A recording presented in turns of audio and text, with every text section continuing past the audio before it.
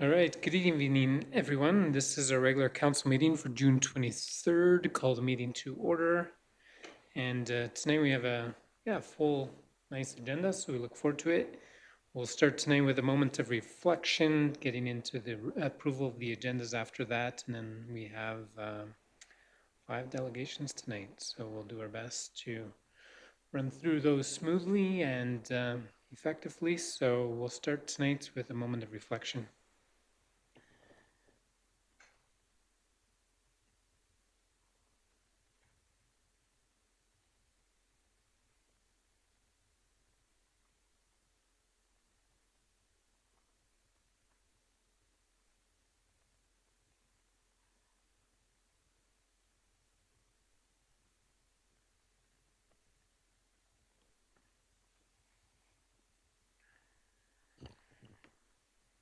All right. First, we'll start with the consent agenda. Is anyone wishing to pull anything from the consent agenda or approve as presented? It doesn't need to be added to the agenda tonight, but I think at some point it would be fun to talk about the cat control bylaw.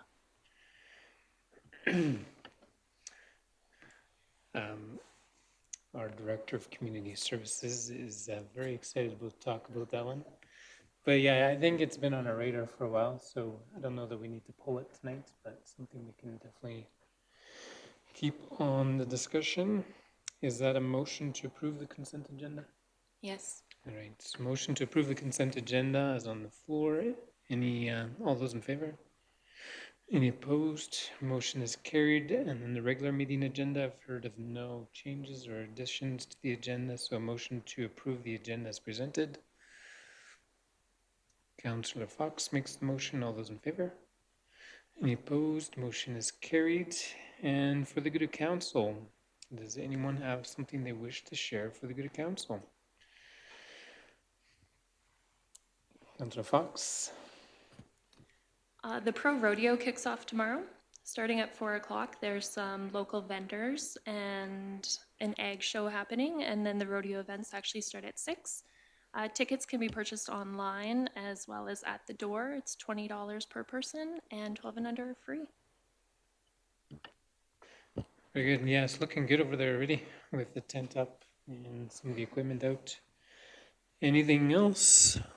I know this past weekend, some of the soccer teams were hoping to play soccer, but I don't think that happened. That did not happen. And so that was too bad, but we are very grateful for the rain. That was very nice. And any other for the good of council comments? Councillor Monteith? Maybe you'd like to tell us about the fort on July 1st? Tell you about the fort on July 1st. Yeah, absolutely. As every year, the fort is open July 1st for ceremonies. There will be details coming out soon. Our interim director will be sharing those details. It's typically starts at 10:30, the celebrations, with 11 o'clock being the official ceremony start. We'll have an announcement soon on the hiring of a new director. So that is exciting for the fort. So we look forward to sharing that as soon as that information is signed off and sealed. But otherwise, yeah, lots of good things coming to the fort. And thank you for that ask. Any other comments? Councillor Poitras?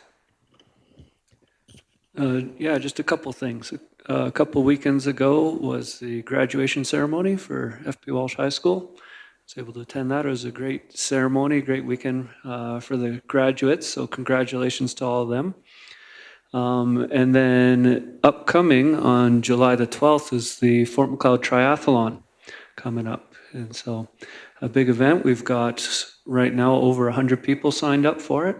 So there is still time to register. I know the fire department wanted to put in a team this year. Yeah? No? Okay. Still time, guys. You got 2 weeks to train. So anyways, we're looking forward to that great event. That was a really good pitch. All right, if there's no other comments for the good of council, we are going to move over to delegations tonight, and we are going to start tonight with recognition of one of our firefighters. So we do have 3 award presentations. We're going to go to the mic with the 3 of us, and then we'll share from there and go from there. So I'll move over there.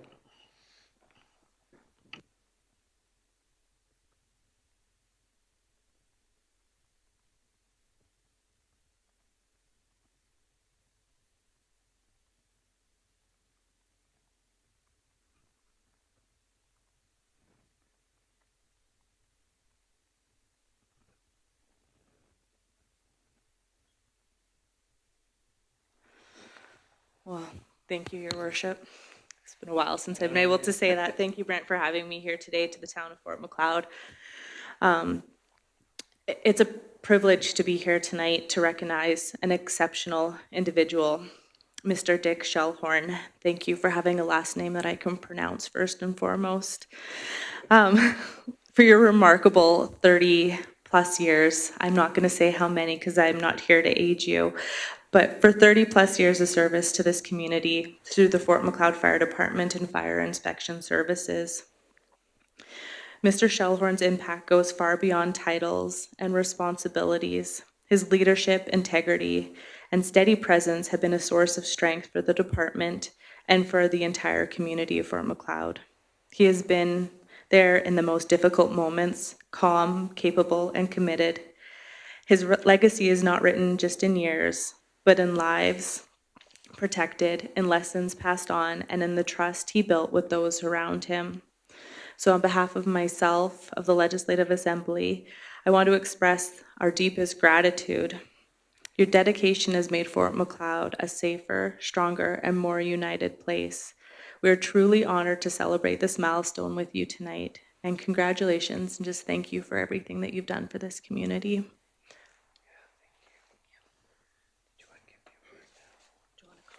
Yes, from here. If you'd like, I'd like to call you up, and this way we can present the award to you. I ask that no one in the room laugh as I try to pin this onto him if he yells, ouch. Congratulations. Thank you so much. Yeah. Should we get it? Do you want to do a picture like this first, or do you want it Sure. before you have tears in your eyes from me Yep, poking yep. you? Okay, wonderful. Let's do this. All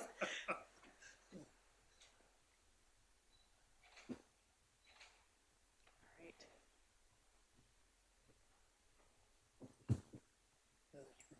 Summer, You're running out of space, which means you've done a lot in your life. just we get older, everything mounts. I'm going in. I'm going in for it. Okay. Don't tell your wife on me. No.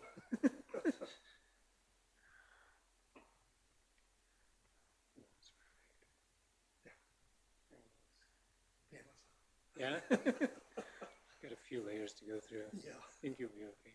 the heavy jacket. Wonderful. Thank you. Thank you. And the award is. And Dick Shellhorn, on behalf of the town of Fort McLeod, we also want to recognize you on 30 years of service to the town, whether it's at the fire department as chief, inspection services as well. And over the year, I remember even as a kid seeing you as a fire chief, helping her out in town. And I know that probably ages both of us. But either way, we appreciate you on behalf of the town of Fort McLeod for the many years you have dedicated your life. And I often think of the commitment you've made. We can't put a price tag on that. Waking up all hours of the night, helping when you least expected it. So on behalf of the town of Fort McLeod, we're honored to give you this award today and say thank you on behalf of the town of Fort McLeod. Great, thank you.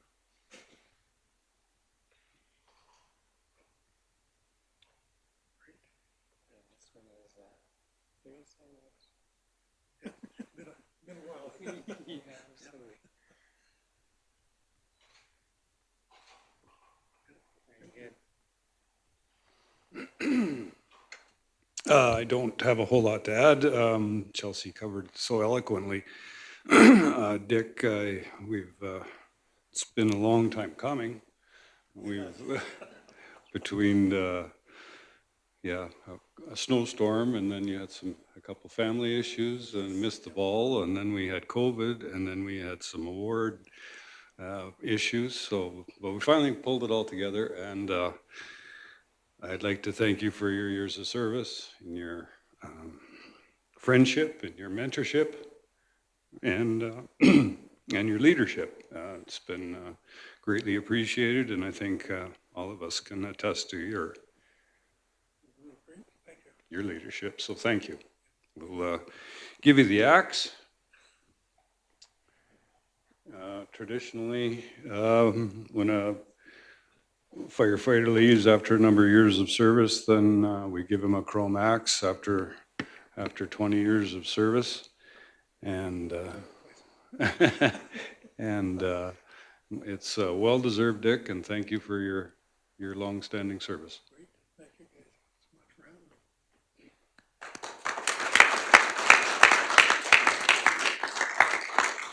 There is the mug too. Yep.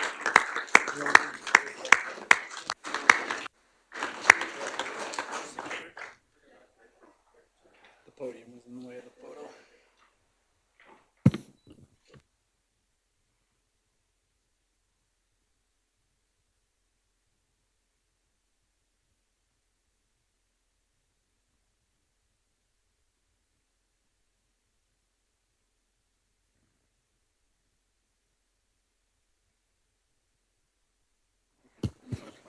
So as well, Dick gets a beer stein that has been a tradition for, well, longer than I've been around the fire department. And it's engraved with his years of service. And usually Perry, when we're at an event, we'll fill it up and we'll send the retiree off with a nice cheers. So probably can't do that tonight unless there's some hiding in the back room somewhere that I'm unaware of. Yeah. But again, thank you, Dick. And thanks, everybody, for being here. Thank you so much.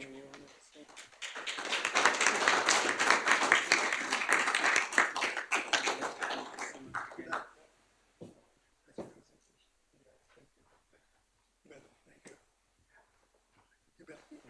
Take care, buddy.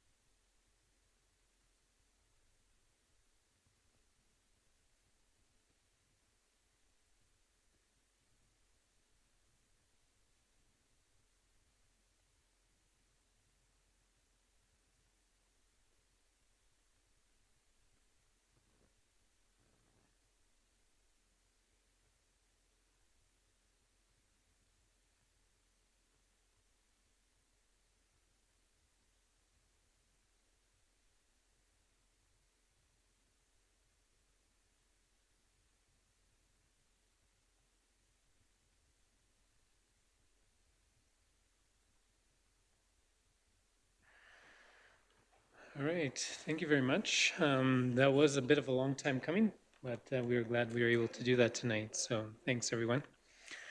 Moving on, we'd like to ask our local Sergeant Christian Fleur to be able to present the quarterly report to council.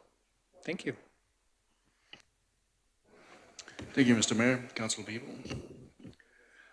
Would you like me to read the letter or?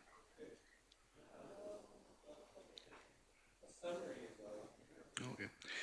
So one of the biggest thing, obviously, with the summer is the fire season. We're deploying people to the various wildfire across Alberta. I myself just came back 2 weeks ago. I still have the cough to prove it, on top of the Fort McMurray fire cough that I had before. So in March, we started planning for that to deploy resources and so forth. Unfortunately, that's likely going to go all summer and into the next season, more than likely. One of the reasons I went is based on the risk assessment. It was decided that I'd be better off going than sending my call takers for various reasons. So I decided to go. The next one, if they come calling again, I'll probably be the same one going as well. That gives an opportunity to my corporal to learn the ropes in running a detachment. So there's pros and cons to both. I don't foresee me getting deployed again this summer, hopefully. Any question on this or? Okay. So we're moving on to the community priority. Priority number one, obviously, is crime reduction. We've met all the targets for the quarter, and most of the targets for the year have already been surpassed. We still have a quarter to go, which is at the end of the month, will be at the end of this quarter. So one of the problems that we had, obviously, is for offender management. We're depending on a court to release people in the community. I'm working really hard on them not releasing them in the community, which affects the number of offenders that we're monitoring. We were successful in getting most of our repeat I-flyers, if you want, or prolific offenders in custody since some of them since before Christmas. As of last week, they've all been released, and we're starting to see some shifting. Fortunately, most of them were or decided to move somewhere else in other communities, so that's gonna save us some headaches, and that's what we're working on. Our goal, obviously, being a zero tolerance to those that we manage, in the hope that they either see a change in behavior or they decide to go somewhere else where we're, police are a little friendlier, I guess, for lack of a better term. So that's it. Again, because of the end of the quarter, we're going to be switching some of the priorities as well. But so far, we're meeting our goals, we're exceeding our goals, which is what my target is. Priority number two is the traffic safety. Again, we've more than exceeded our expectations for the year in the third quarter. The overtime shifts for traffic twice a month that with the council's blessing I've implemented are extremely successful. I monitor the results of them, and they're always exceeding what it costs in overtime, the revenue it generates for the town and the province. So keep it in mind that the revenue of those shifts, half the revenues coming back to the town, half the revenues going to the province. The part, obviously the half that's coming back to the town is more than exceeding the cost in overtime for the member. The nice things about those shifts is I target them to whatever's the concern of the week, of the time, speeding or whatnot. As a result of that, we've been extremely successful in getting impaired drivers off the road, suspended drivers off the road, and of course the seat belt and a few other things as well. It increased their visibility, which has been very pleasing to a lot of the residents. Maybe not to the people getting tickets, but everybody else have been very happy with the increase in visibility. Police community relation, police visibility. Again, all the goals that we set for the year have already been surpassed. And we're working on even increasing them further. My members are still going to talk with the public. I've sat down with them. So we're not doing what other municipalities are doing, which is a formal coffee with the cop or anything like that. What they're doing is a little more informal, a little more free format. They'll go to different businesses, have a chat, have a meal with the people. And then it generates a lot of interest, but it also gives us an appreciation of what's more important to the residents. And increased visibility is always good for us because it's a good deterrent.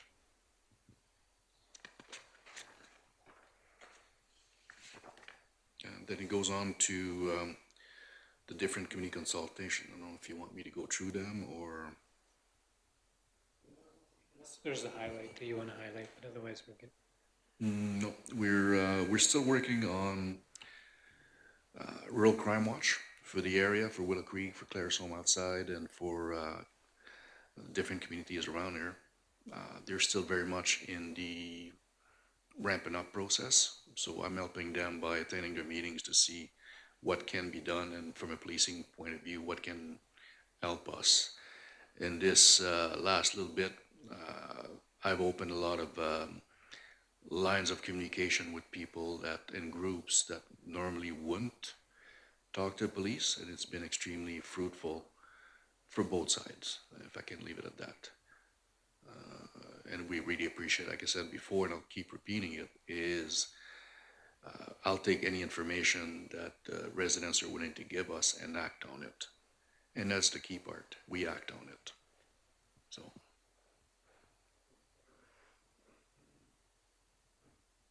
Any questions from council? Your staffing compliments, I think, is strong. Yes. I mean, the stats are cyclical, so you'll see up and downs. Obviously, our calls for service in this last quarter would be down, which will be reflected in the next quarter report, because we were successful in getting some people locked up. So criminality and property crime and everything went down. We've seen an influx in people from other communities coming in to do stuff around our community, unfortunately.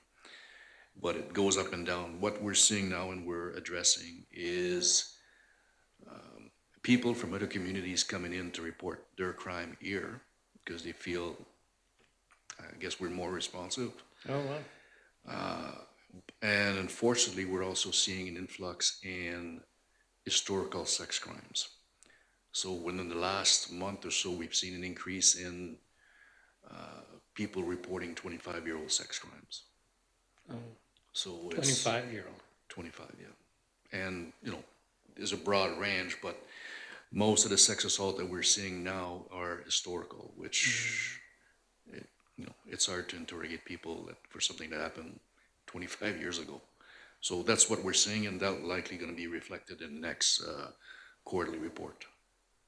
Nothing to worry about. It's not because people are going to, doing sex violence or anything like that. It's just dated, but it doesn't differentiate. When you say a lot, is that like way more than normal or like? Well, it's we're not talking like dozens or anything like that. We're talking 3 or 4 or 5, but compared to the number that we normally see, yes, it's an increase, unfortunately. That's good that they are talking about it. Yep. I think that's a big thing. Yes. Any other comments or questions from council?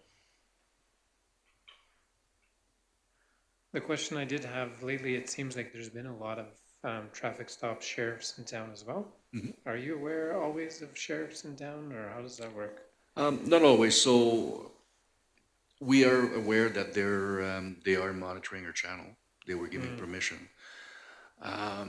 A while back, I had a discussion with the sergeant from the sheriff department, and they were instructed not to come to any municipalities unless they were clearly invited by the detachment. So in the light of traffic enforcement being number one priority, I've extended a blanket invitation to the sheriffs to come and do traffic enforcement in town. One of the reasons why you're seeing a big increase in the sheriff is because of the border reaction. They're getting deployed to the borders a lot more. So while they're floating around, they're going to the municipalities and issuing traffic tickets. So unless the council would like to see that decrease, I welcome the extra visibility and the extra enforcement in light of the fact that, especially with summer coming, the children being out, more people doing, for example, speed enforcement will ensure the safety of the children. No, I don't think there's any concern. I think the visibility is there. I think there's been some expressed concern still with speeds, especially by some of the parks on the highways, right? Mhm. I think that's been highlighted a few times with some near misses with regards to pedestrian crossing and so on. So I think it's good that there's more presence. Yes. It seems like the presence is throughout town. It's not just on the highways, which I don't know is as an issue. It's something people are going to have to The, appreciate, I guess. the people in town, or the traffic that you see in town is mostly my guys. Okay. Because I'm enforcing you will go out, you will write tickets, you will be visible in different areas. And it's needed. I can tell you that I make a point of, if I have a slow day in the office, I'll go and park in the median to do speed enforcement myself. I cannot be more visible than being on a median in a fully marked police vehicle. Yeah. And people are still speeding till they get pulled over. And I'm like, didn't you see me? So there's a need for it, yes. Yeah. Okay. Any other comments, feedback from council? Anyone wishing that the police presence and traffic enforcement is reduced? No. No one's going to commit to that. I think we're good. Any other thoughts? Yes, for sure. See you over there. It was greatly appreciated with our exciting evening when the premier and a number of ministers and our MLA Chelsea Petrovic came to town. I was really pleased. We had a conversation with Sergeant Lafleur, and they obviously already knew, but they were very proactive in making sure we had the right number of officers in town and some extras, and they even reached out to the sheriffs. And so we've found that the communication with our detachment's been really good and proactive when it comes to making sure that we keep everyone safe and things in good order. Yeah, that was very good to see. All right, if there is no other comments, we want to wish you and your team the very best, and stay safe, and thank you. Thank you, Mr. Mayor.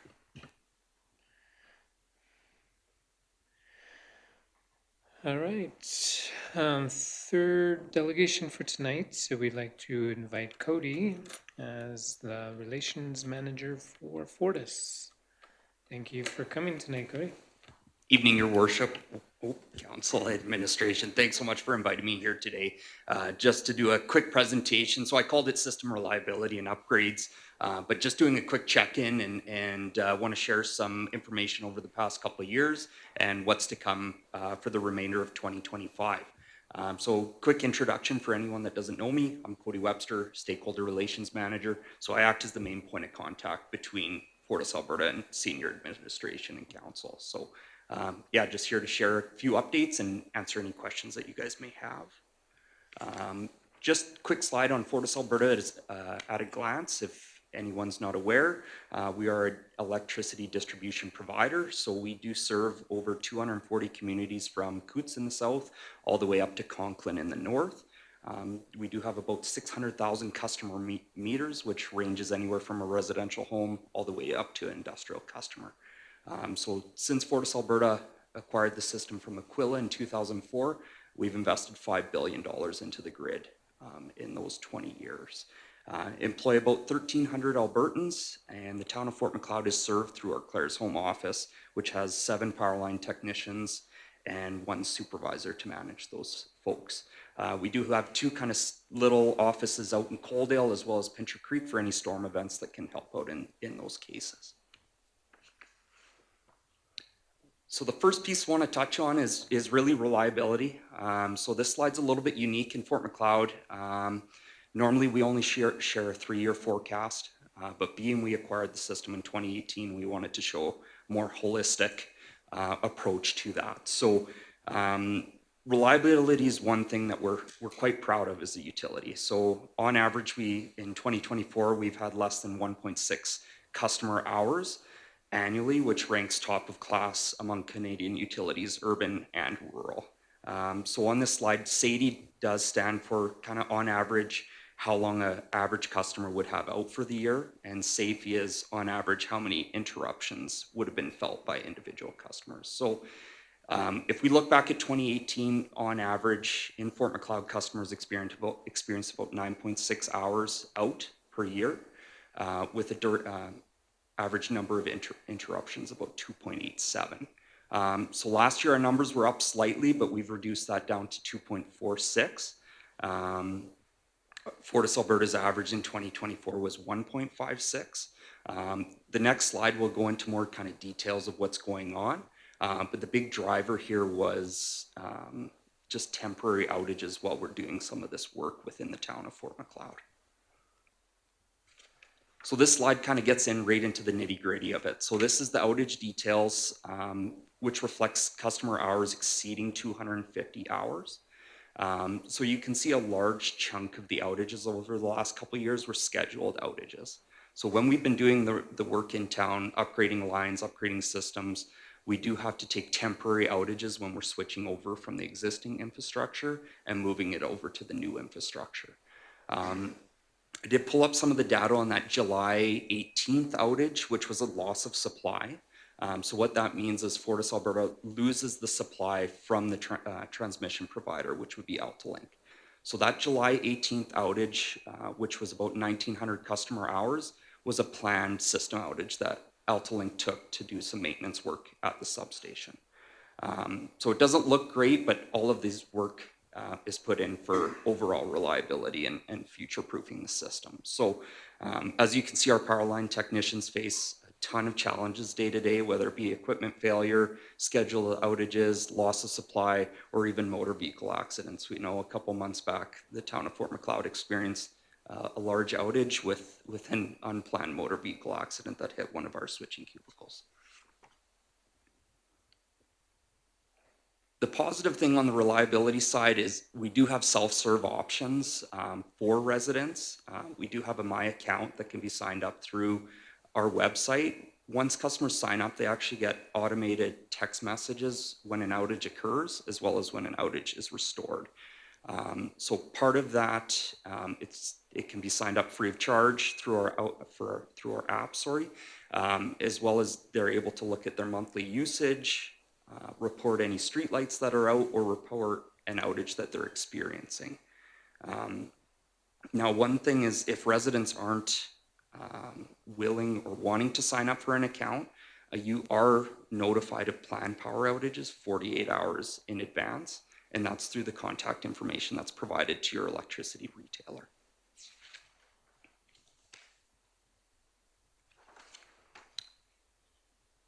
So I'm excited to share some details on a next generation metering program that we've actually just finished up in Fort Macleod the last couple of weeks ago. We set up just the base network for our next generation metering. So there's what we're doing as a utility, we are switching all of our meters over to radio frequency. So currently everything's through power line carrier technology. So all of the meter readings get read at the substation through power lines.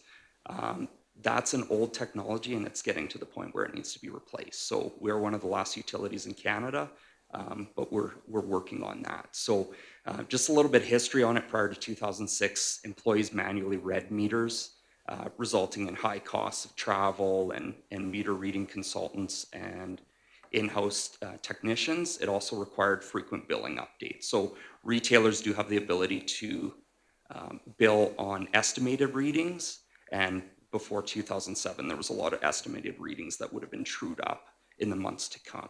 So in 2007, the first AMI program came out, which enabled remote meterings, more accurate billing, and these customer self-serve options that we have today. So coming to 2025, we're now looking at moving to AMI 2.0.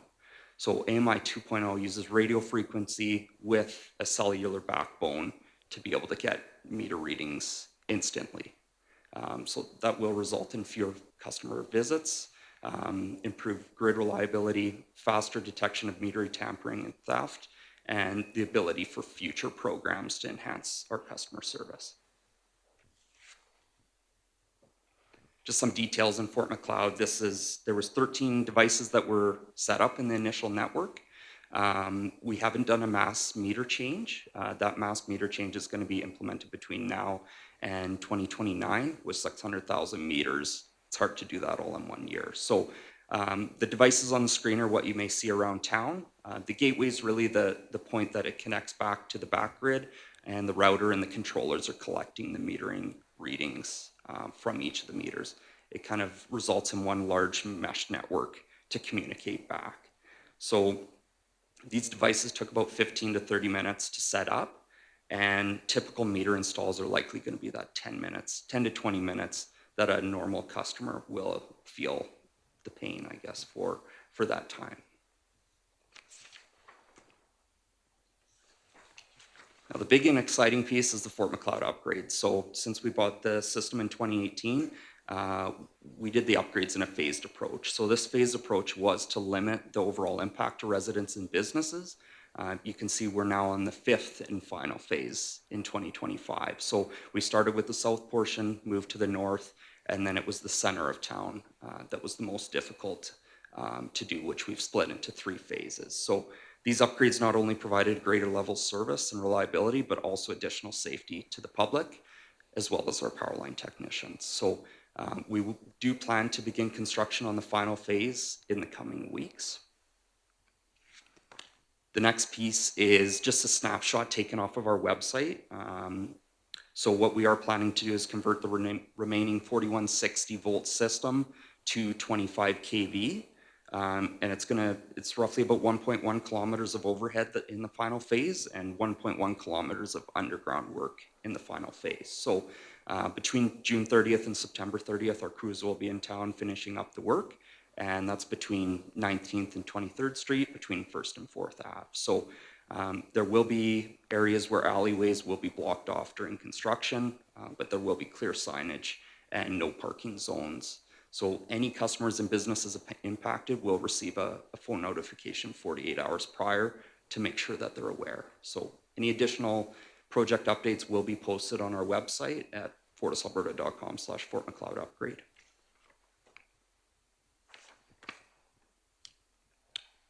And I do have the privilege and honor to be able to extend our deepest gratitude to the residents, businesses in the town of Fort Macleod. Your guys' support and patience through this project is greatly appreciated. Our crews and Joel, our construction coordinator, has shared multiple stories of how happy he has been working with town's administration and businesses and how welcomed we were into the community. So we just want to say thank you and really appreciate your guys' patience through that time. Any questions or concerns? Yeah, thank you so much for presenting. That was very good. And yeah, on behalf of the town, that's not a small investment or a time period that you've been working through. So started in 2021, like you said, till completion later this year. That's a major upgrade. Does anyone have any other questions to start? Councillor Monteith? One of the debate points when we were looking at selling was that the system could be updated for $500 to $1 million. I'm just wondering how much Fortis has spent in Fort Macleod to get our system up to where it is now. Thank you for the question, Councillor. I can't disclose that number publicly. I can take that back away and see if we're able to share that privately, but I can tell you that for 500,000 to $1 million would not have touched this project. I can share with you that. Does that answer your question, Councilman Dean? Yeah, close. Yeah, so the outage details, I was kind of curious when I read through the package if that was actually for McLeod's number, so, but it's good to hear that it is. And also the interruptions, like those stats are pretty obvious that we're heading in the right direction from averaging more in the 5 down, now we're about half, and probably even lower as the system is fully updated. What would be the target, would you say, for Fort McLeod? Do you have one? The target would Be 0, but yeah, the target would be to beat the Forest Alberta average. So I know our guys in Firestone are advocating to get a PA system, which is distribution automation, which would allow the guys to be able to automatically open and close switches from our control center here. So there's work in behind the scenes, right? I mean, if you can avoid any travel time, you're going to cut your hours down. yeah. I would like to see in 2025 those numbers come down. Again, there's going to be some switch over for this final phase, but one thing to be transparent, we do exclude any significant events. So if there was any major events, that data would be pulled out, but this data would be accurate too. Okay. There hasn't been any quote unquote major events that would be pulled out. Okay. But if there was a wildfire or something of that nature, That gets pulled out. Okay. and that's standard for electricity. So 2022, 2023, we are below the average. 2024 is where we are a bit higher, but you said there was some good reason for that one. That's correct. Yeah. Any other comments, questions?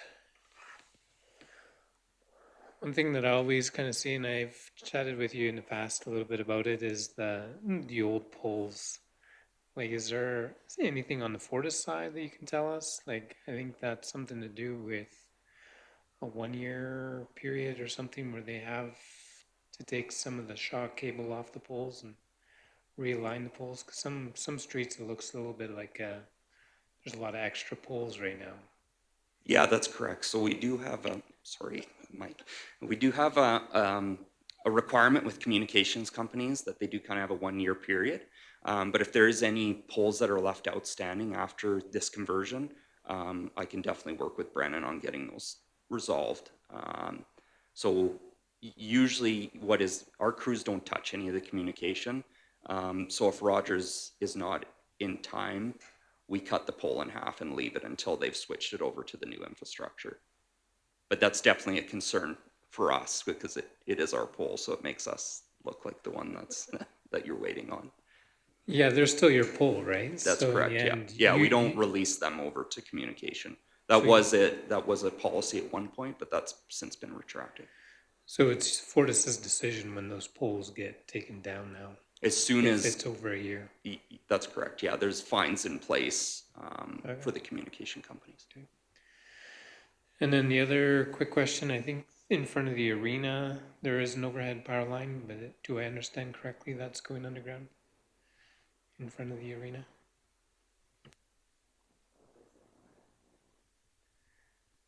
I think that power line's really close to the building and it's kind of a bit of a, I believe so. It's going to be removed Okay. and the streetlights are removed from the south side.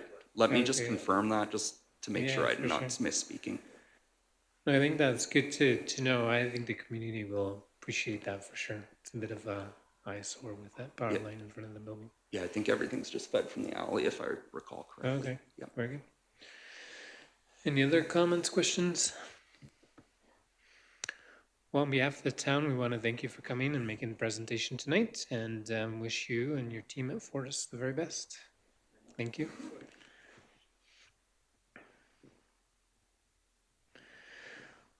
Our next delegation for tonight is the Housing Committee, and we welcome you to council tonight to present the Housing and Service Needs Estimation Report. So the floor is yours. Take your time and look forward to hearing from you.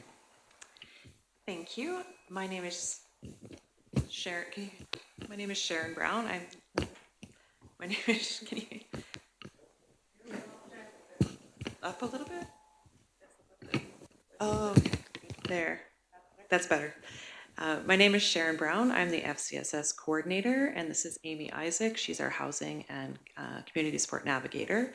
And we are here on behalf of the Housing Committee to give a report on a report that was done by the Rural Housing or Rural Development Network that was commissioned. And so, yeah, we're just going to present, and then we have questions if you have questions at the end. Yeah, so again, my name is Amy. I'm the Housing and Community Support Navigator with FCSS. So this project had 4 key purposes. Specifically, it aimed at creating a locally informed process for service providers to gather data from residents in Fort Macleod who are facing housing insecurity. Secondly, it was to gather a comprehensive picture of what housing insecurity in our town looks like. Thirdly, it had the goal of informing decisions about policies, practices, and funding. And fourthly, the project aimed at elevating the voices of individuals experiencing housing insecurity in Fort Macleod's response to that housing insecurity. So I want to explain a little bit what we mean by homelessness, because there can be a lot of misconceptions around that term.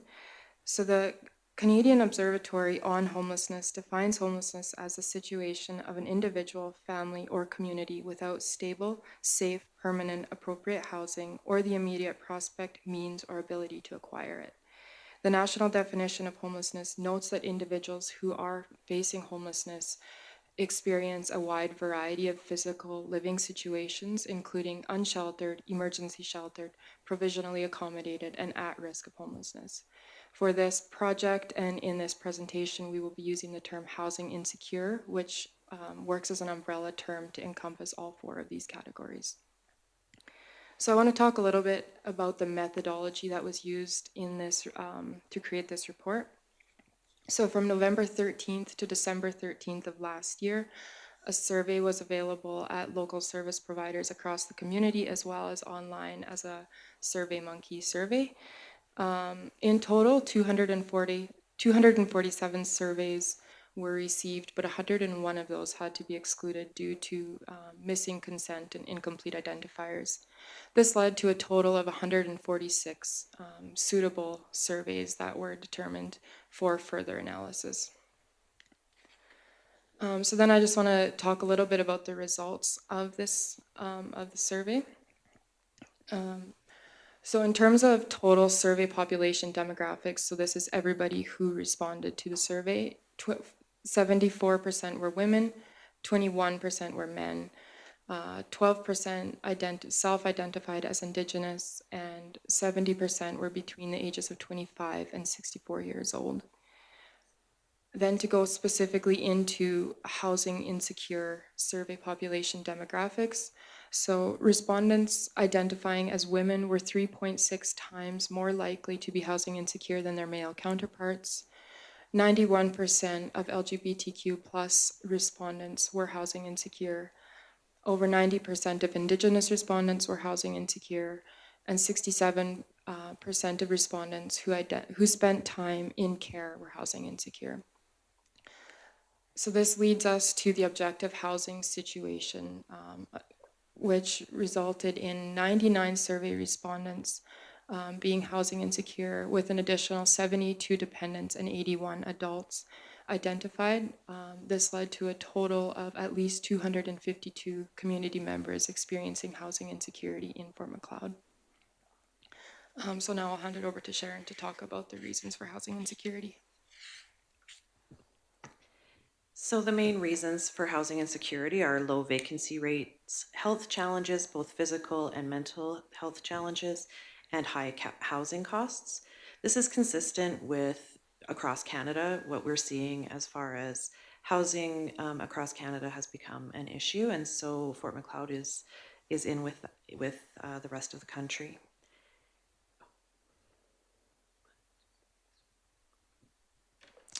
And if we look at the spectrum of homelessness, we see that we had 9 people that were unsheltered at some point during the 6-month period. There were 6 people emergency sheltered, 61 that were provisionally accommodated, and a total of 126 people that were at risk of homelessness at some point. This is a very interesting thing from the report. Employment, it's interesting to note that the rates of employment are very similar between people that are housing secure and those that are housing insecure.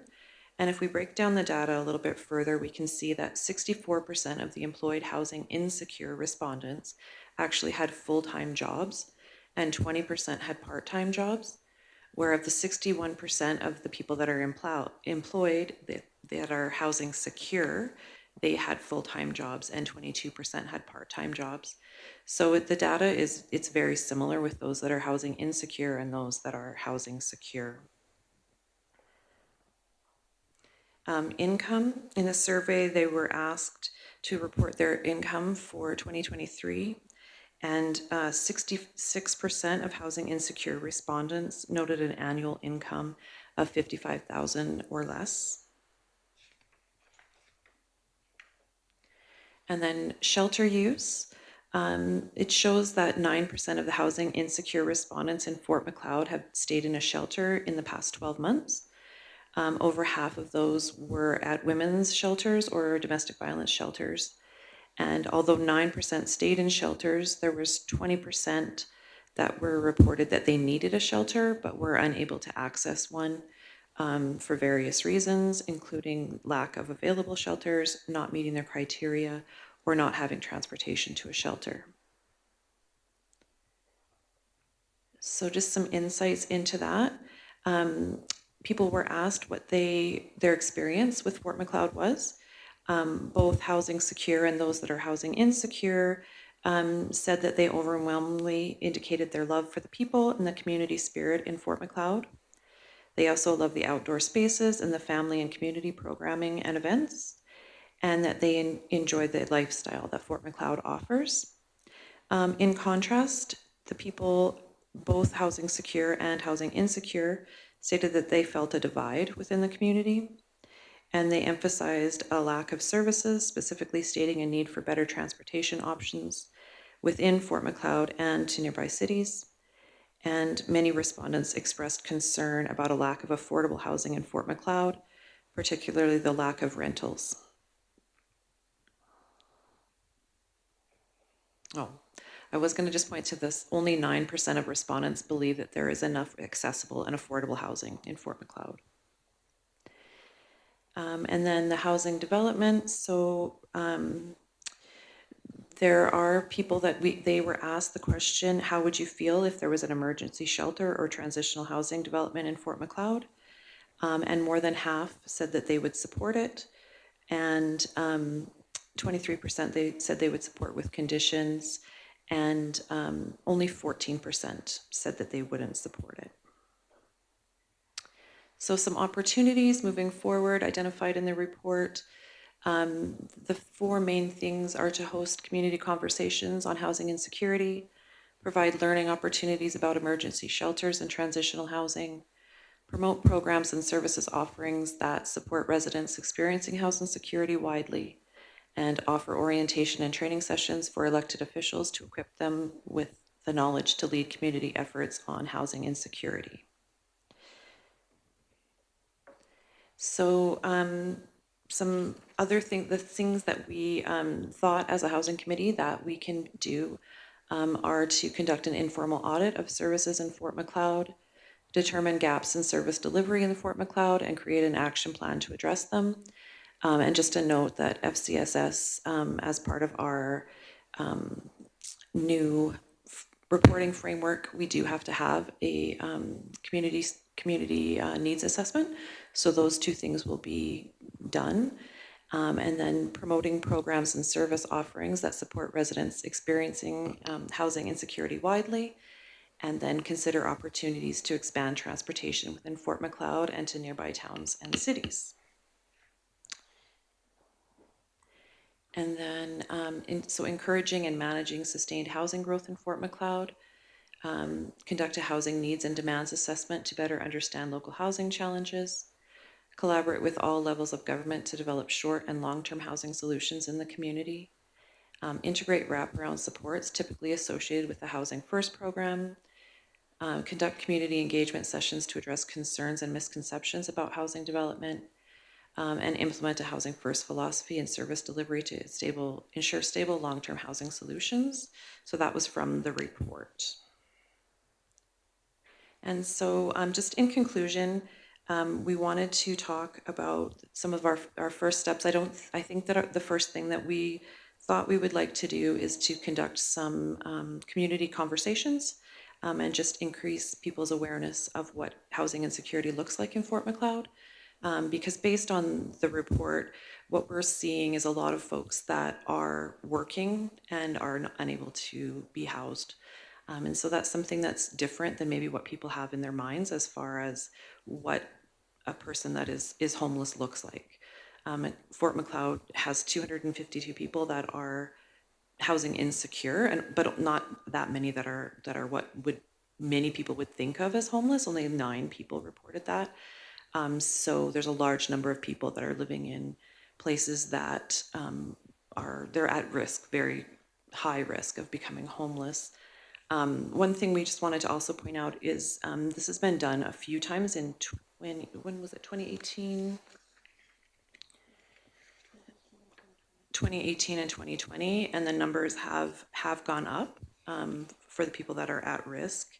In 2018, there were 84 total community members that were at risk of homelessness. In 2020, there was 107, and then in 2024, we go to the 252. So, yeah, and it is more people that are working and unable to afford housing is what we're looking at. Is there anything else, Amy?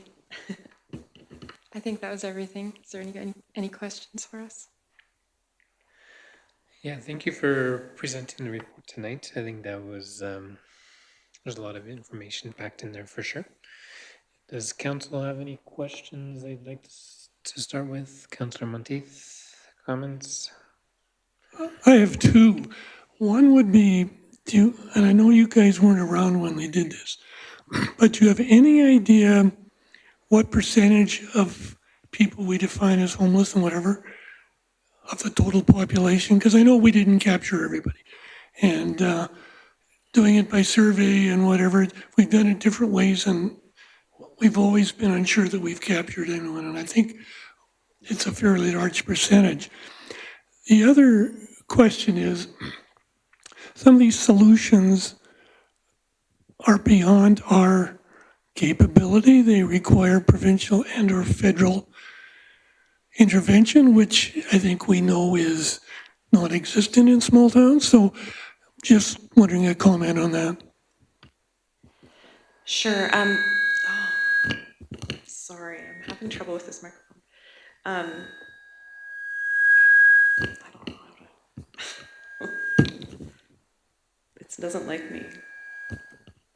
Okay, maybe. Okay, there. To your.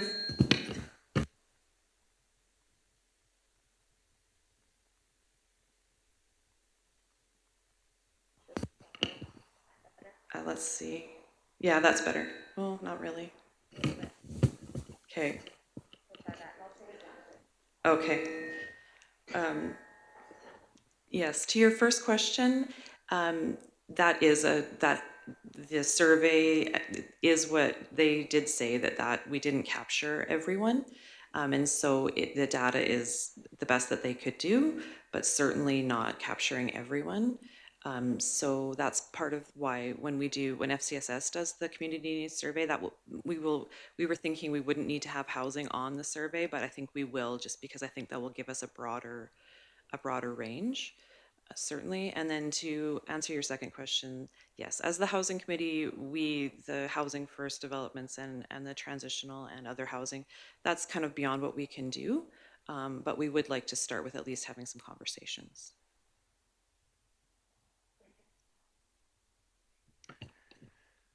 Very good. Anyone else have any thoughts or questions?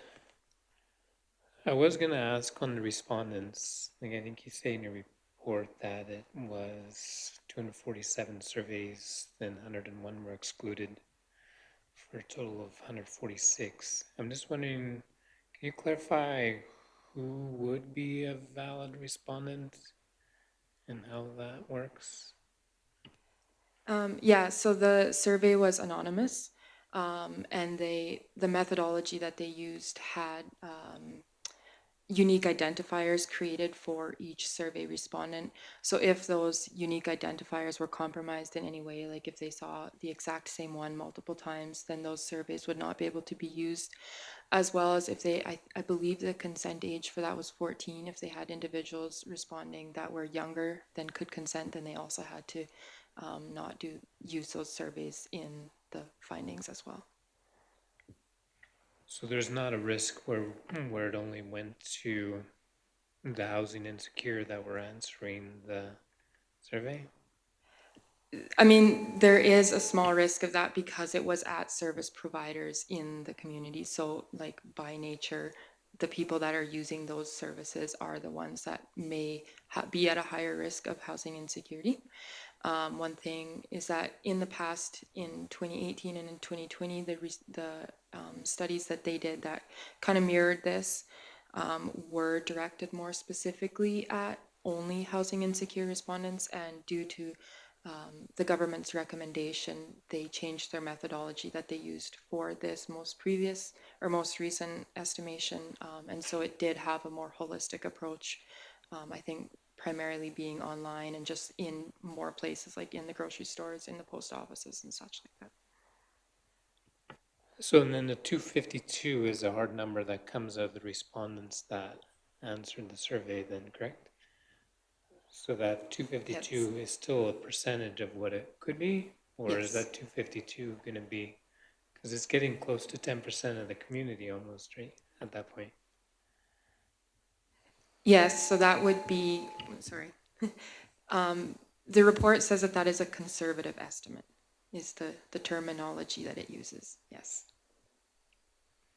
So a conservative estimate would be like 8%, but it could be much higher than that.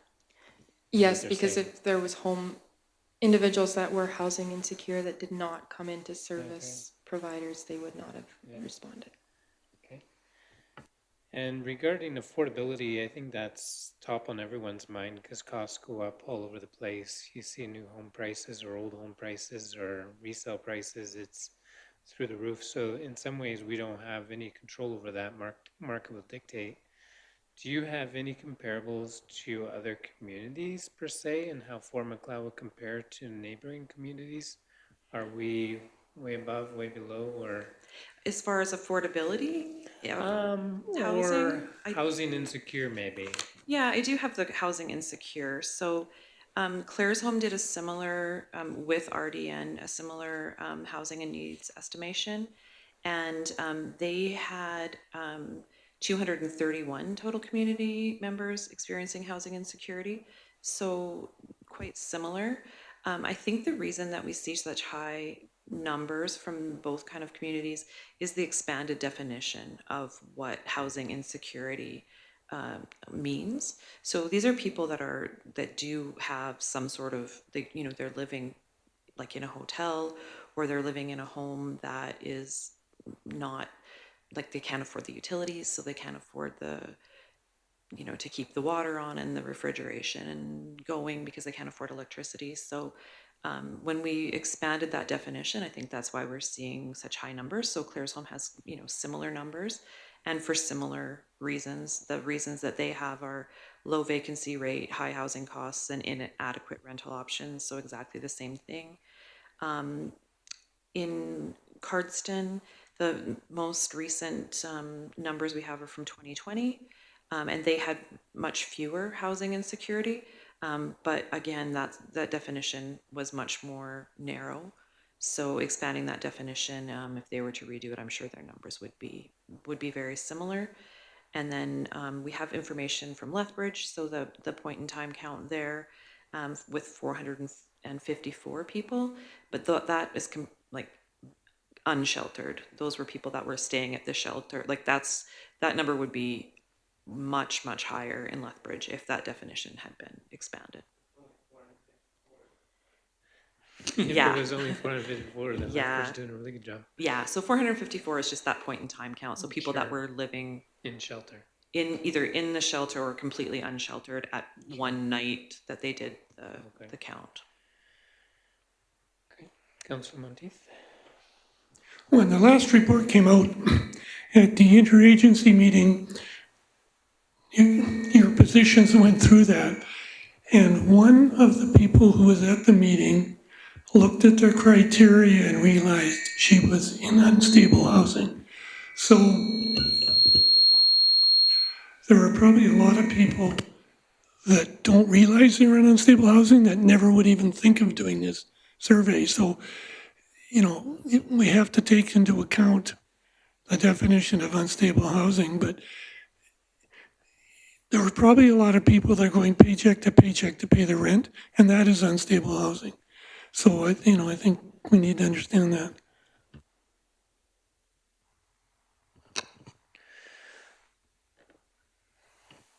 Yeah, it is, the report does address that as well.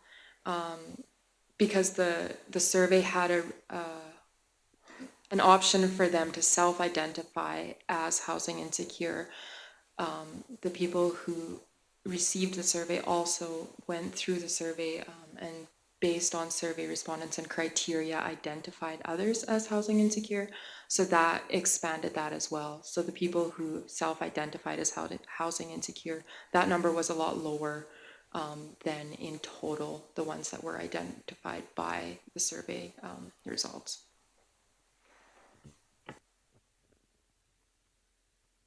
Okay, very good. Any other? I think one of the quick ones, and we've had some discussions with some of the busing companies, whether it's FlixBus or the other one was Red Arrow. In some degrees, using that as kind of a sample, like Fort Macleod has pretty good access to get to Calgary and Lethbridge, considering compared to even Crozes Pass, because I don't think they would have a direct link to Calgary. So I think there's some opportunity where we could promote or leverage some of those services because they're going right through town already. Like I think there's 3 or 4 bus routes from Fort Macleod to Lethbridge every day, but a lot of people don't see them or aren't as familiar with them as others may. So that's an opportunity I think that could be looked at if there's some gaps in transportation. Beyond that, I think, is there a recommendation for tonight on the report, or is it to just accept as information?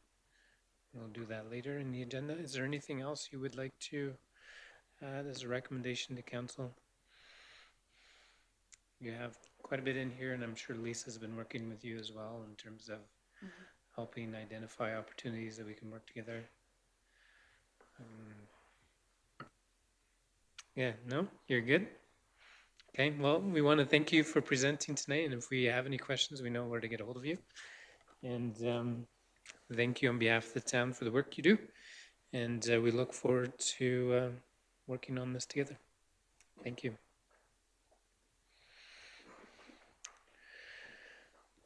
Right, thank you for that delegation, and next up, we'd like to ask Tyson Peterson to present, and he's here on behalf of the Canadian American Junior Hockey League. And Tyson, the floor is yours. Hello, thank you, Council, Mr. Mayor, Administration, for having me this evening.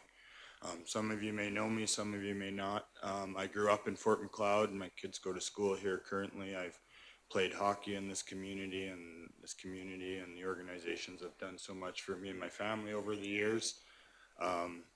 So the main reason why I'm trying to approach to bring a team into Fort Macleod is to bring hockey back to its roots about kids and giving back to the communities and such. So we have, I've spoke with administration, and they've had a few concerns because there's not a dressing room available for our dedicated room. So we've offered to bring our own portable room and set it outside the facility in accordance and approval with the town and such. which we would also open that up to minor hockey's tournaments and everything when we're not using it. So then it gives a fifth dressing room to the rink to use at no cost or anything like that for home tournaments and such. And we're looking at something like 40 by 10, roughly 400 square foot, completely climate controlled with a self-contained septic system that would get dumped by a septic truck and a water tank would haul water to, heaters and ventilation to house about 25 players, equipment, and coaching staff, about 3 or 4 staff on, including trainer and whatnot.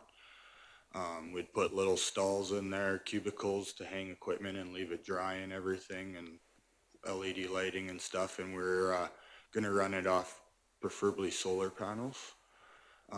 So that what we're trying to do is not build something like Seacan looking, but put nice siding on the outside and make it aesthetically nice, and then give people the option if they want to put a company logo or something for sponsoring or something on the side of the building for people in the community to see, right?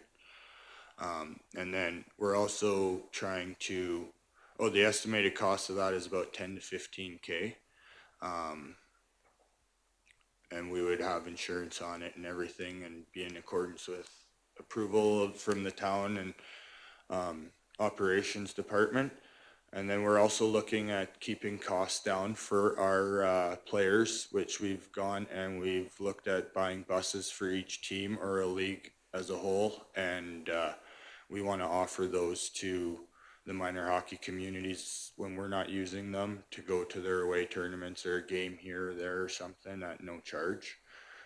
Another way to give back to the communities and the organizations in it.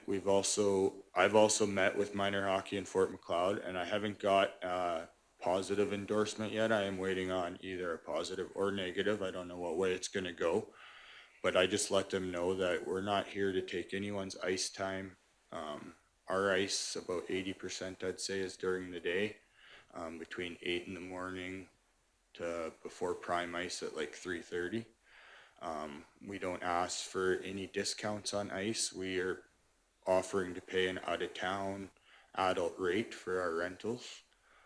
We're offering to pay our ice at the first of every month, so in advance for the month, every month for games and practices. Advertising space, we ask just for our sponsorship packages, because a program like this runs off of sponsorships in the community to make it a success. So we ask that there's some way that we can work with the town, if we buy them off the town or buy them off minor hockey, however it's set up, that we can either have advertising space on the boards or the ice, or put up our own like Velcro banners or something in the arena that we can remove after our games or whatnot, or if we have permission to leave them up for the season, because we don't want to take away from minor hockey and figure skating's advertising abilities either, or the towns themselves, right? So if there's open spots, we're willing to purchase them at a price agreed upon. Can I interrupt you? I gotta run to the washroom quick. I'm gonna interrupt. I'm not leaving because I don't, but I'll be right back if we want to take a recess, or if you can keep going, but yeah, okay.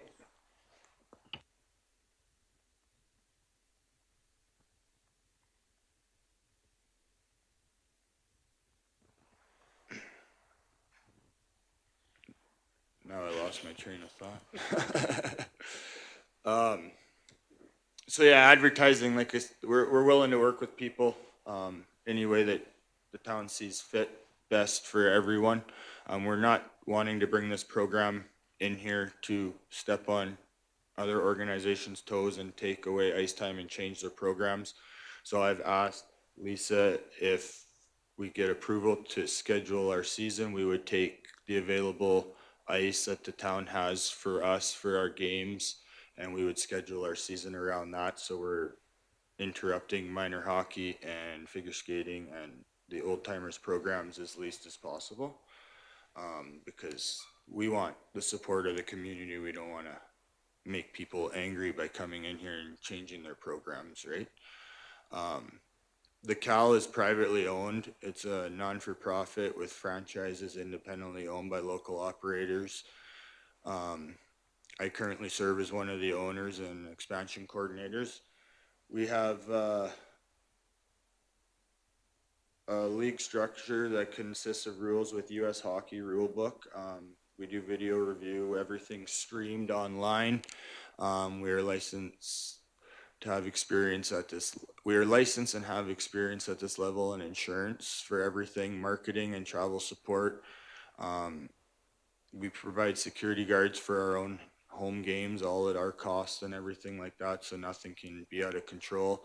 When we come to the communities, we put away all the tables that we set up for ticketing and stuff like that, ticket sales, and we help the rink attendant pick up garbage at the end of the night. There's 2 guys that go around every game and help clean up the rink and stuff like that to give our hand, because it's late at night. We try to ask for the last ice time so it's not rushed for cleaning for the next facility and everything, or next rental. We do about 4-hour slots, 3 to 4 hour slots for our game times. 1.5 to 2 hour practice slots during the week, so 4 to 5 practice slots during the week. So far we have right now Stavely, Pincher Creek, Viking, Innisfil,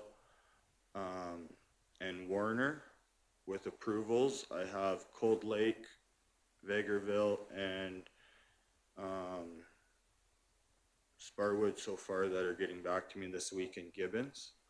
So we're waiting on those guys, and we've reached out to another few other communities. Vauxhall has said no because they have the Copperheads, they have the Brooks Bandits, and a couple other junior B programs all within an hour of there. So they just said they don't think it would survive there, just because of all the other hockey around the area. Viking is a good to go now, and then Sparwood, we're waiting on figuring out the dressing room for built to BC standards for their building code. We have one team in Miles City, Montana to join for 26-27 season next season, and we're working on other U.S. organizations to get it set up there. But with this being said, we've been approached last Monday by the USPHL, which is a United States junior league. They have 81 teams currently in the US and Quebec. They've asked our league and all the individual owners to join their 81 teams and start an Alberta expansion division. So they have a 95% placement rate for advancement from going from because they're a Division III Junior A league. So from Division III Junior A, it's either they advance 95% of their players either to an ACHA, university or college school, an NCAA Division II or III, or a NCDC Division II Junior A, which is a free-to-play league. So they don't pay any tuition for travel or anything like that. And an astonishing number is 441 Albertan players went down age 16 to 20, went down to either the US or Quebec last season to play in the USPHL Premier League. That's enough to field roster 20 teams in Alberta here, at 20 people each team roughly, right? So my thoughts, why not keep the money in the Alberta economy and local to the communities and sending it down and making these families pay exchange rate and keep giving it to the US economy when we could be promoting it in our local communities, right? And with that being said, the USPHL Premier is owned by the NCDC. So this is a step under the NCDC, and we've been told if we go into this expansion, we have the option to start an NCDC program in a facility that has 1,000 to 1,200 people as a requirement. So that's like, if you follow hockey, that's BCHL, AJHL level of hockey, kind of right under the WHL level. And the NCDC, I'm not for pushing pro hockey, I'm for schools and universities, but the NCDC did draft 2 players right from the NCDC to the NHL in 2023, so to the Ottawa Senators, I think it was. So there is potential there to be a part of some kid's future. And that's, like I say, the main reason why I purchased this league is to give these kids the ability to be a part of going into something. Lots of them can't afford schooling and secondary education unless they get a scholarship. So if they can have the chance to do something they love by playing hockey and go to school and become a doctor or a lawyer or an engineer or something, I'm all for being a part of that success, right? So. Sorry, sorry for missing part of that presentation. So you've already covered off the ice time requirements? I Yeah, think that's your biggest ask tonight, correct? yeah, and the approval for the dressing room. But like the ice time, we look at 4 to 5, 1.5 to 2 hour slots during the week from whenever the rinks open 7 to 8 in the morning till 3 o'clock in the afternoon or whatever. Not impeding with schools and stuff like that, right? And then our game times, we have 20 home games in a season that we need to get in from September, third week in September to like the first week in March, second week in March is when our season runs to. So there's no need to put in ice early or hold it in late. Our championships are in the States in March 28th, 29th weekend, I believe, 29th, 30th. So, and then we also have the ability to put on a showcase in one of the communities that we are playing in over the next season or two. And the U.S. teams would register and come up here and play a whole weekend of hockey and stuff.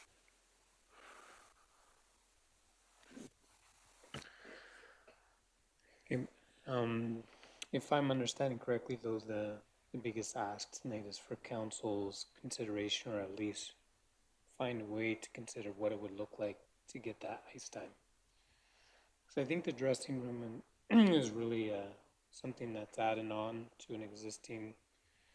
So it's not a non-issue. It's something that wouldn't be as impactful to the current arena, right? So currently you're looking for 2 evenings per weekend. Is what it's saying, or how would you explain the game nights? Yes, so it could be an average of 2, like it could be one weekend we have 2 home games that weekend, but the next weekend we might not have any for 2 weekends because we could be on the road for 2 weekends straight or something, and then we might have one weekend and one away game or something like that. So that's why I say it's kind of, we're willing to work with the scheduler of the ice, however they see it fit for what they have available to fit those 20 games in throughout that season window, right? It doesn't have to necessarily, like, we prefer 7 or 8 o'clock on a Saturday, like 4 or 5 on a Sunday kind of deal. Friday, 7, 8 o'clock start time. But if we got to play a matinee on a Saturday or a Sunday, that like at noon or something, we're fine with that, right? Okay. Okay.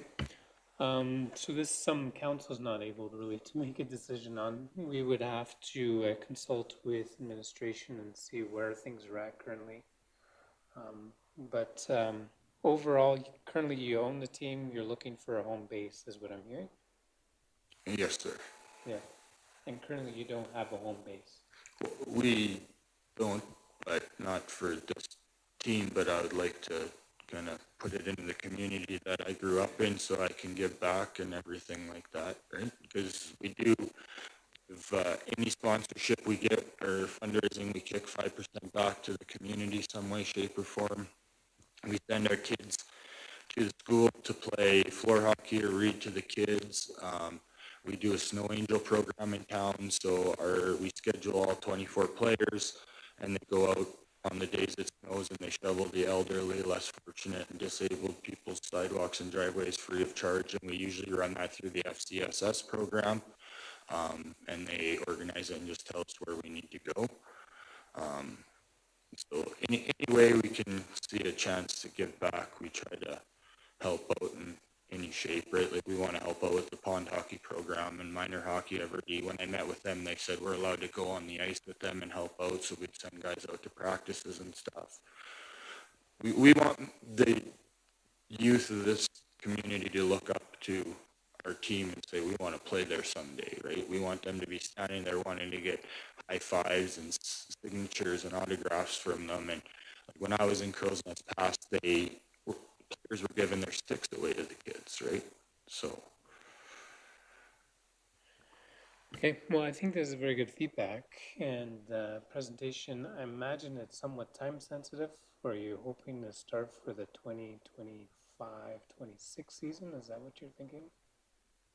Yeah, we're planning to hopefully get approval as soon as we can just to get things rolling. Like we've been recruiting based on just league-wide and saying these are possible communities that we're approaching and we're just waiting for approvals. So we've been working on recruiting players and everything already and staff. So if we could get something for this year, we'd greatly appreciate it, but I understand everything has a process and.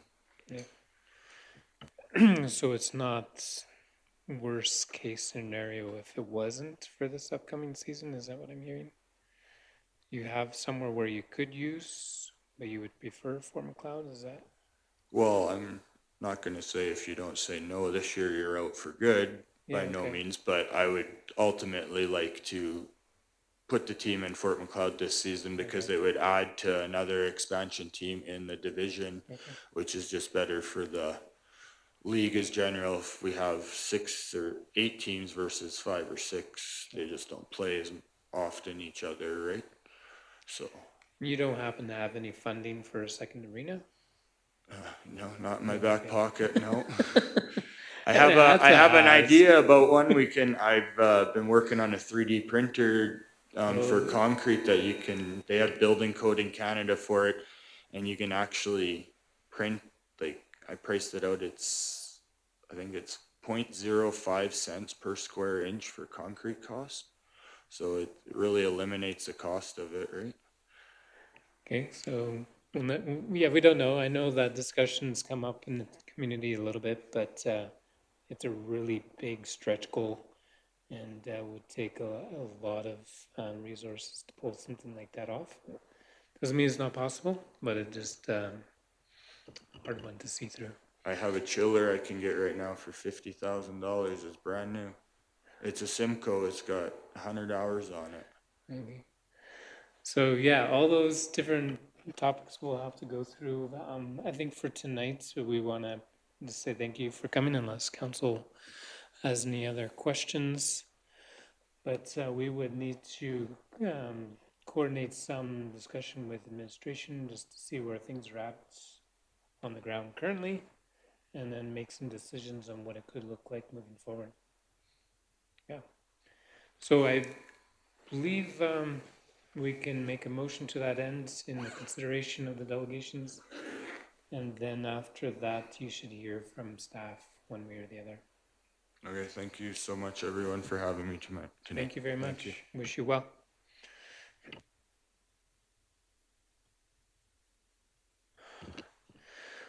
All right, thank you. Then moving on to consideration of the delegations that we've had, and I think we just have the one item now is the Housing and Services Needs Estimation Report. And I believe the recommendation from administration is to accept the report as presented tonight. Is that correct? Is there any other action items required with the report? If not, can I get a motion as per that? Councillor Monteith? I do think the council has to be the push on some of these things. We can't expect the housing committee with no authority, no money, no nothing to be the lead on this, but council has to look at what we can do, what we should do, etc., and push to get it done. Otherwise, I can't see how this is going to work. Is that part of your motion, or do you have a... I am most happy to make that a motion, yes. Which part? I think council needs to direct the housing committee and any other organizations in town in terms of a strategy for affordable housing and for services in town to meet the needs? So yeah, driving it as part of the motion, what did you want in your motion, Councillor Monteith? Just to accept the report for now and to request an opportunity to brainstorm? CEO Burdette? If I may, the recommended motion is that council receive the Fort McLeod Housing and Service Needs Estimation, my eyeballs, Community Report 2024 as information and directs administration to explore opportunities to support community education and engagement on housing insecurity in alignment with the report's key recommendations. So whether or not we wanted to add in, working with the housing committee or with our FCSS or something to that nature, but that was the recommended motion. Yeah, I think the recommendation good. I think what Councillor Monteith is saying is council needs to direct it a little bit more, so we have to, if we need to go to that depth, then we need to have more discussion. But I think for tonight, the recommendation would be acceptable. Is that right? Yeah, I just don't want it to get lost in whatever, never land, and then 3 years down the road, we're in exactly the same position, only worse. So motion's on the floor as per the recommendation. Any further discussion, questions? Seeing none, we'll call it the question. All in favor? Any opposed? Motion is carried. Moving on to unfinished business, we have our provincial historic area guidelines, and our Director of Operations, Brendan Orr, would like to speak to this one.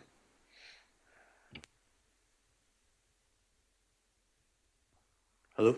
Oh, just lucky. So looking at the provincial historic area design guidelines, we have discussed this and looked at it, and then we did have a presentation from BHAB that was talking and talked a little bit more about that. Tonight we're looking at our recommendation is that should there be no objections that council approves provincial historic area design guidelines as presented, just to make sure that that's cleaned up. Anyone prepared to make the motion as per the recommendation? Councillor Patel makes the motion. Any further discussion or questions on the guidelines? I know we went over it at our last committee of the whole. There was some good discussion. Looks complete and much improved compared to the one from the 1900s, late 1900s. So motion's on the floor. If there's no further discussion, we'll call it the question. All those in favor? Any opposed? Motion is carried. Quick back to consideration of delegations regarding the presentation from Dyson Peterson on the Canadian American Junior Hockey League. Is there a recommendation that we can have or a motion to request administration report back to council on possible options, scenarios, whether this is something that's anywhat feasible, possible? Anyone prepared to make a motion to that end? Imagine there'll be some communication with Councillor Wilson who makes the motion. Imagine there'll be some communication, whether at a committee of whole or what have you, to kind of see what we would need to figure that out. Okay, so motion's on the floor. Any further discussion? Call it the question. All those in favor? Any opposed? Motion is carried.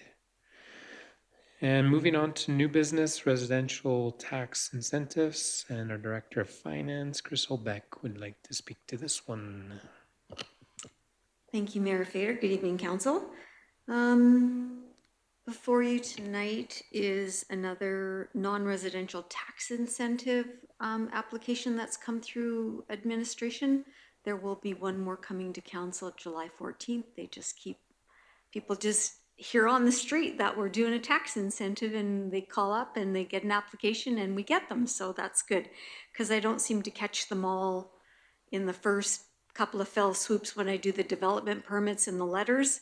So I think word of mouth out on the street is helping us a lot. And I'm sure Daniela will also be a champion for our tax incentive programs, both non-residential and multi-unit residential in the future. So tonight, the recommendation before council is that they approve administration entering into a tax incentive agreement with the following property owner for the 25, 26, 27 cycle. And it's O'Sullivan Concrete Limited, and it's for 136 13th Street, and the roll number is 212-7500. And I will take any questions. Thank you. Before we make the motion, did we want to add the other one to this motion, or is that not possible at this point? I You don't need have to- the application Yeah, yet. you need so, to make sure yeah. it's good. So motion to approve the 2024 or 2025 tax incentive as recommended. Councillor Fox makes the motion. Any further discussion or questions?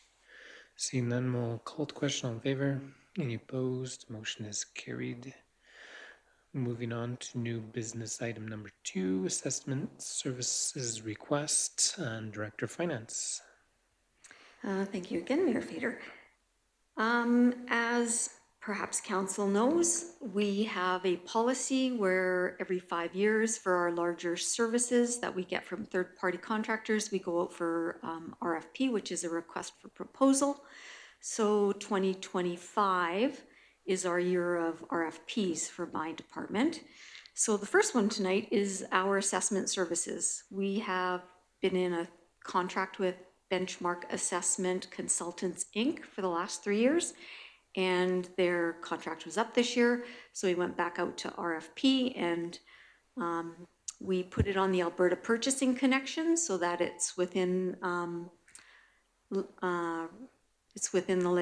provincial legislation for the for fair trade, so everybody can apply for the I guess we're buying the services, they're providing the services. So we put it up there last month, and we left it on there for probably a good month, and we got one RFP back, and it was from our existing assessment services company, which is Benchmark Assessments. They pretty well do the assessments in all of southern Alberta, so we did our best, and we got one back, and we're very happy that we got the one that we know about, and we have a great deal of comfort and success with for our assessments and working with administration. So tonight, we're just letting you know that we got the one RFP back, and we accepted it, and we've signed the agreement, and we will be in a 5-year agreement with Benchmark Assessment Consultants, Inc. And so we are just recommending tonight that council accepts as information the awarding of the assessment services contract for the 5-year period, and that'll run from June 2025 to May 2029 to Benchmark Assessment Consultants, Inc. And I will take any questions. Thank you. Oh, very good. Anyone prepared to make a motion as per the recommendation? Councillor Poitras makes the motion. For the 5-year period, so that would be May 2030 then? Doesn't matter. It's going to be whatever it is. And there's only one in Southern Alberta that would do this? Otherwise it would go to Calgary, or? So I think so, because when I looked at when they sent their package and it had all the information about who works for the company and who the owners are and who the senior assessors and stuff are, it's a lot of people who used to run their own companies. So I think they've consolidated in the industry, and they all seem to go under in our area anyway, under the umbrella of Benchmark. Councillor Monteith? Most large cities have their own department that do the assessments, so there probably is nobody in Calgary that would do it, because City of Calgary does it, City of Lethbridge does it, etc. So we could do it ourselves? Is that what you're saying? Is that your motion? Chris just left the room. All right, so motion's on the floor. Any other discussion or questions? Seeing none, we'll call the question. All in favor? Any opposed? Motion is carried. All right, and moving on to item 3, investment management services request. I think something similar. Director of Finance, Chris Holbeck.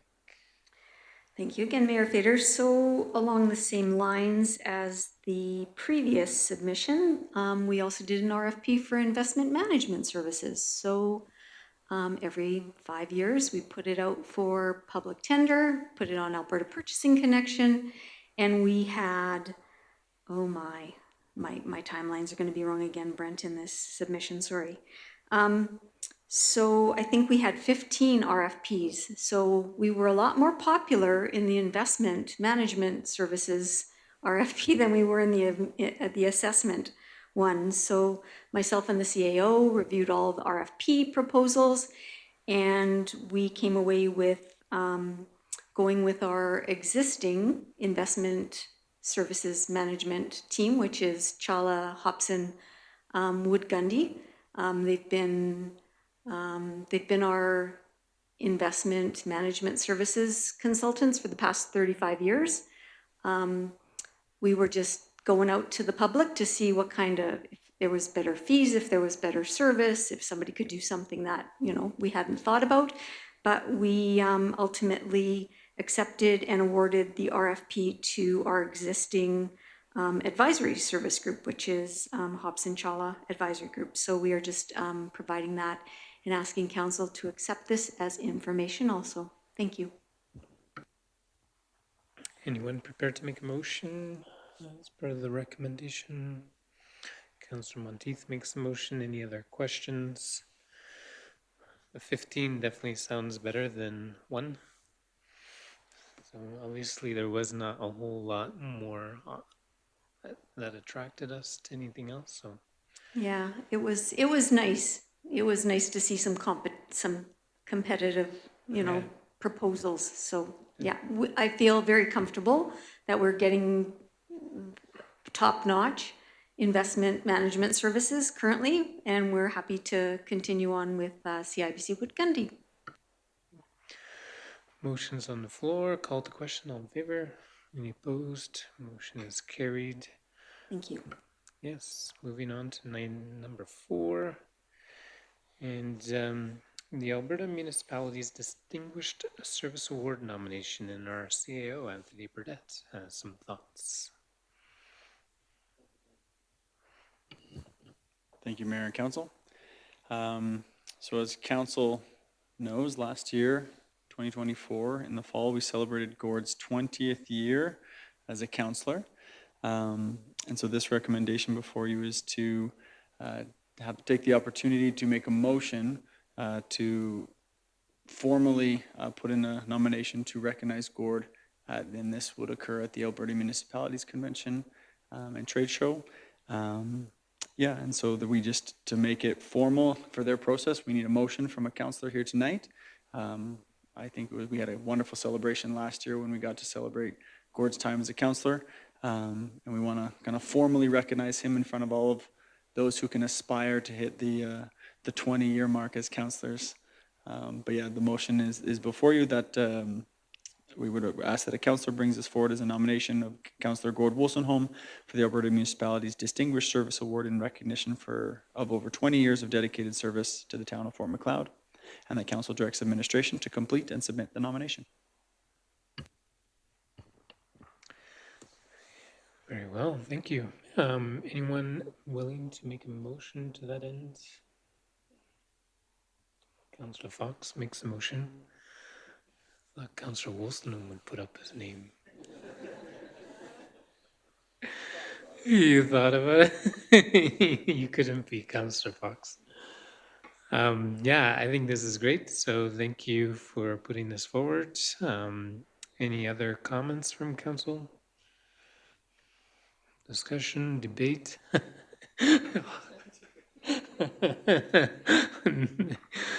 All right. So yeah, on behalf of Council Gord, this is another opportunity that we can recognize the commitment you've made to our community. So thank you. Motion is on the floor. Call it the question. All those in favor? Any opposed? Motion is carried. And I'll call for a motion to go in camera for one personnel FOIP item.